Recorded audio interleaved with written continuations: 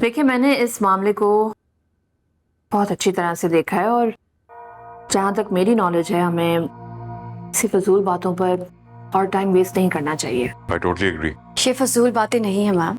हर बार जब जब मैं इनके सामने वो चाहे जो भी हो, ऑफिस का माहौल फ्रेंडली रखना चाहिए हमें। और जहाँ तक नबील की बात, चाहे कुछ भी हो जाए, चाहे कुछ भी होगा, ये मतलब है कि हमें कुछ भी कह दिया जाए हम चुपचाप सुनते रहें। कॉम्प्लीमेंट देने में बुराई क्या है? बेहुदा बातें कॉम्प्लीमेंट नहीं होती। ऐसी बातों को कॉम्प्लीमेंट या मजाक का नाम देकर ये जाहिर करना कि ये मामूली सी बात है is not okay. Clearly that's an anger management issue there. ये एंगर मैनेजमेंट इशू नहीं, बेसिक रिस्पेक्ट का मामला है। Okay, stop it you two, enough. I've heard enough. ये कोई स्कूल कॉलेज नहीं है जहाँ जब आपका दिल चाहे आप शुरू हो जाए। मैं ये सब नहीं बर्दाश्त करूंगी। Do you understand? यहाँ सिर्फ काम पे फोकस होना चाहिए। दोबारा अगर ऐसा हुआ तो मैं किसी का लिहाज नहीं करूंगी।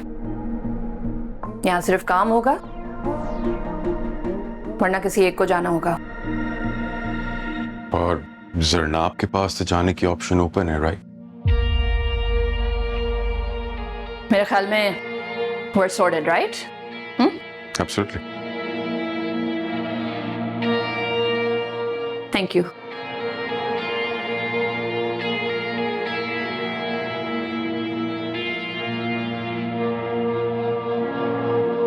अफशा, आप आए जरा इधर बैठे। ये इसका क्या करना है?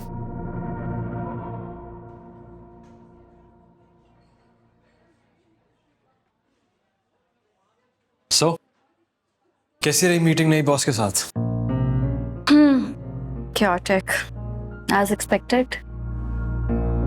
कुछ हुआ वहां पर क्या?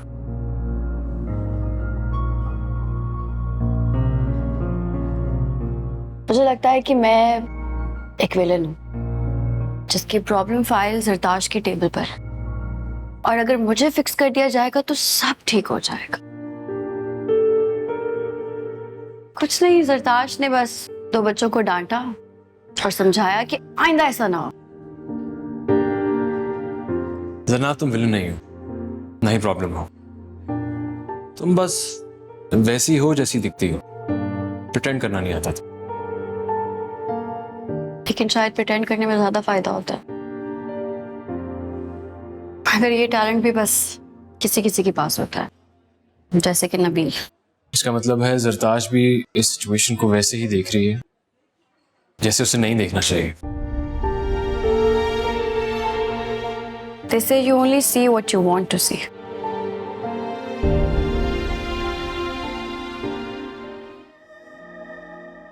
चलो ऐसा करते हैं कि ये फाइल्स HR में दे आते हैं। ओके, चलो लेट्स गो।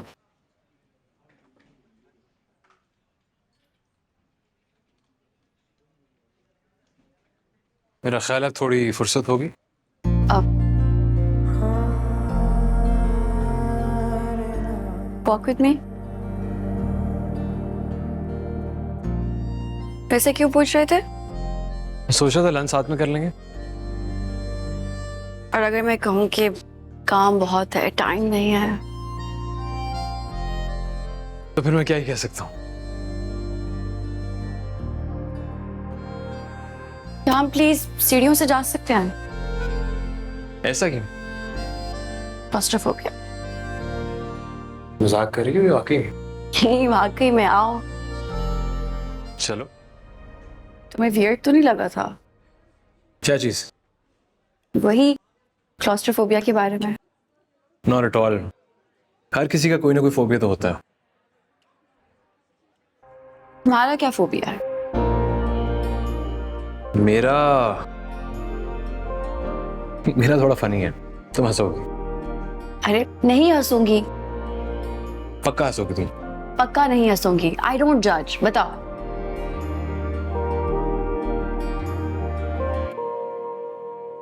मुझे छिपकली से डर लगता है। What? मुझे पता था। नहीं, सॉरी, नहीं यार, देखो अब डर तो किसी को किसी भी चीज से लग सकता है ना? Thank you.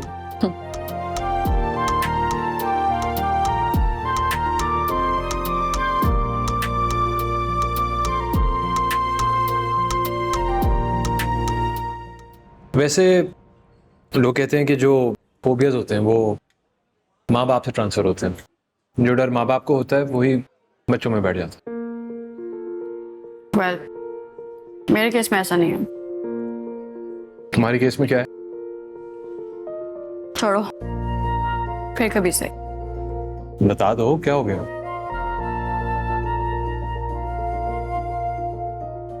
बता दो। जब माँ हम पैदा हुई थी, मेरी छोटी बहन, तो अम्मी की तबीयत बहुत खराब रहती थी। पता नहीं क्यों, लेकिन दिल में अजीब सा डर सा रहता था। ऐसा लगता था जैसे जैसे अभी कुछ हो जाएगा, कोई कोई बहुत बड़ा तूफान आ जाएगा।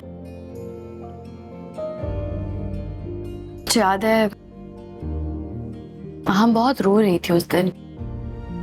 मैं और नाजिश उसको चुप कराने की कोशिश कर रहे थे। बाबा हॉस्पिटल में थे अम्मी के साथ। फिर बस अचानक से घर के बाहर एक गाड़ी आके रुकी। बहुत से लोग अंदर आए अम्मी को लेकर। वो जिंदा नहीं थी। बाबा रो रहे थे, नाजिश रो रही थी। मुझे बहुत डर लगा। मैं भागकर स्टोर रूम में चली गई।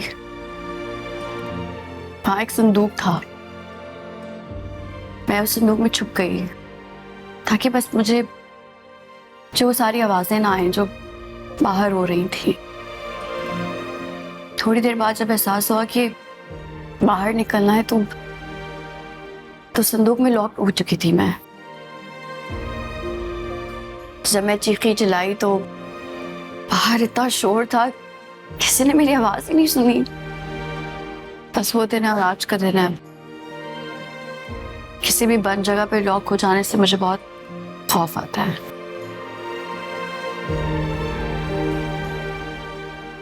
So sorry जना।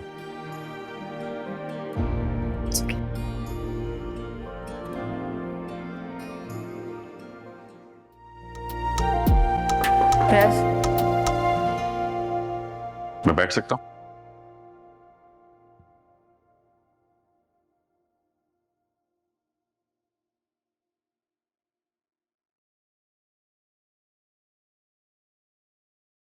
हमारी मुलाकात भी कितने अजीब वक्त पर हुई है।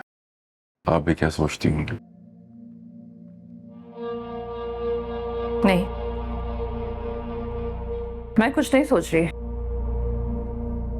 लेकिन ये मामला काफी गहरा नजर आ रहा है मुझे। कुछ भी नहीं है इस मामले के अंदर। बस जनाब को अटेंशन चाहिए।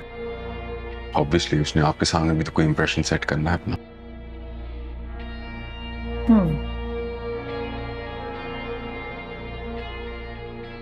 असल में आपके बारे में बहुत रूमर्स फैले हैं, इसीलिए सब लोग थोड़ा सा डरे भी हुए हैं आपसे। रूमर्स? किस टाइप के रूमर्स? छोड़ें बातों को। आप उन रूमर्स से बिल्कुल अलग हैं। अलग हूं? क्या मतलब, कैसे अलग हूं? I mean, अलग इस सेंस में कि आप ज़हीन होने के साथ साथ बहुत हसीन भी हैं, और ये बहुत कम देखने में मिलता है कि somebody who has beauty with brains, right.